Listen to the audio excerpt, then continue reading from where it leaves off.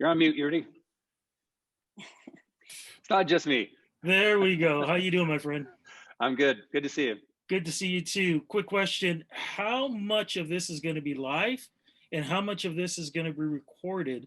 And will they be in these venues or in other places? And also really quickly, are you going to be able to get your haircut done before the Junos?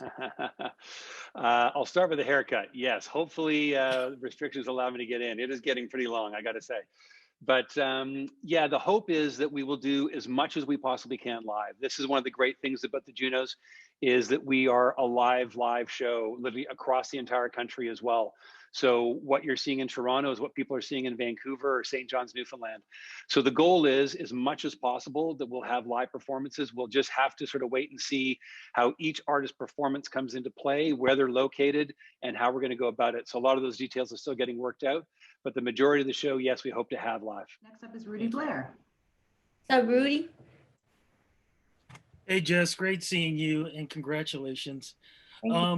How important is it now for you to have these consistent nominations and wins, especially because of what everything has happened in 2020, as with, you know, racism being in the forefront, and as we also celebrate women this month? How important is it for you now seeing this kind of consistency for people to see somebody like yourself achieving your goals? I think it's important. I think that I feel honored when I look around at the nominations and feel like I'm looking at a rainbow. I feel like it's a great reflection of the multiculturalism that Canada holds as a whole. And I think that any progress is good progress. So I'm happy about that. I'm happy that it's apparent, but I also think that there's always a way to go. There's always a way to improve, and having multiculturalism, not just in the nominations, but having that representation in boardrooms, that representation in executive rooms, I think is also important.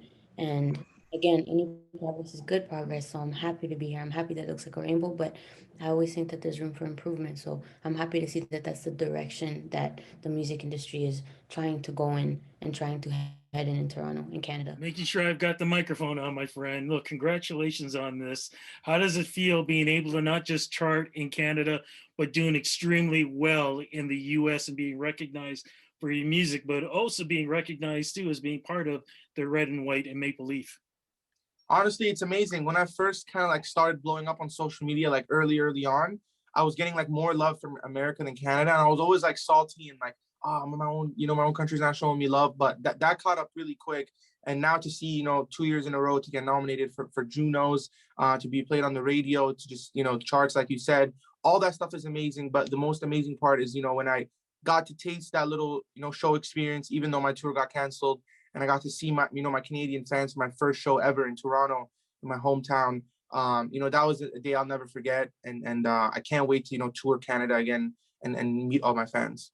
Congratulations. Thank you. Savannah, congratulations on this.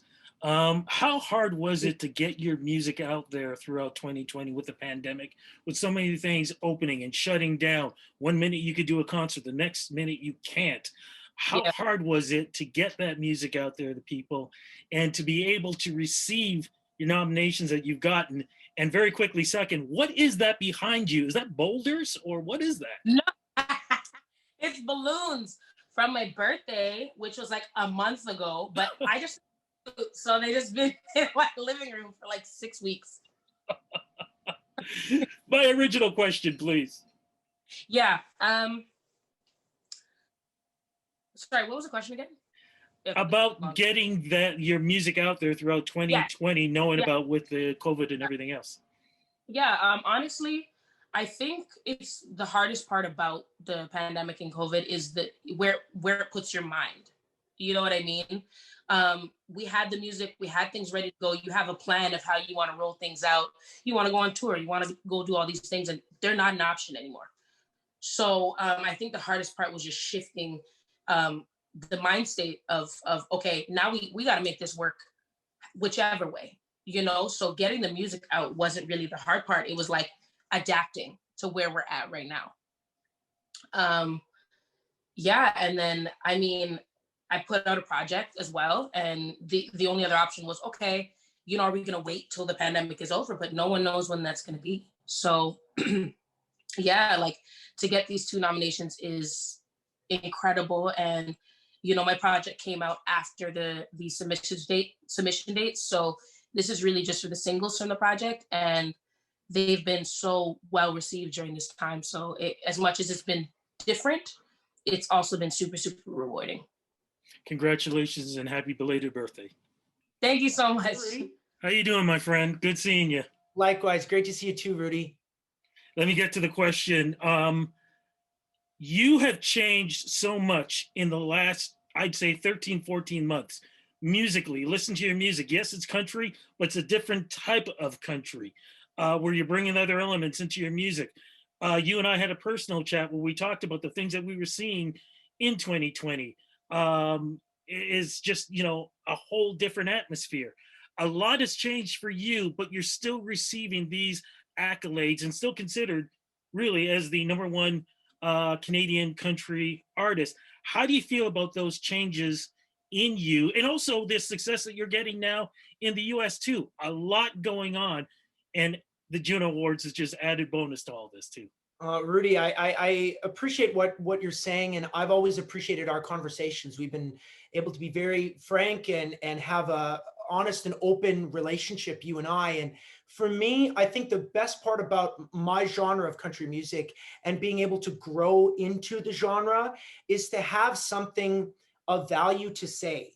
And in a lot of other genres, which I love and actually listen to on a regular basis, even maybe more so than country, some things are maybe a little bit more driven by melody and feeling as opposed to the story that country music can tell. So as I've gotten older, as I've had these experiences, and as I've watched the world go through what it went through, the ups, but especially more so the downs of the last 12, 13, 14 months, it's very difficult for me to just focus on, I don't know, fluffy topics when real life is going on. So a new record talks about more real life topics than I've ever had the courage to talk about.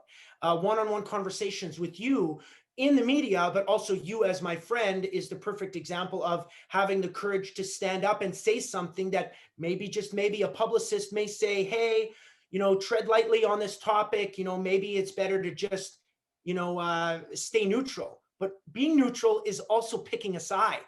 So I just want to stand up for the underdogs. I want to stand up for what I believe in. And I want to use my music and my platform to spread as much positivity in what has been a dark world to a degree over the last 12 months. So it's a whole new mindset that I've got right now. And I'm really grateful that I have worked to have a platform now where people can listen, and maybe, just maybe, by spreading positivity, you can change people's perspectives. Congratulations. Big hug to you and big hug to the family, man. I'll see you soon. Yeah, I hope to see you soon too.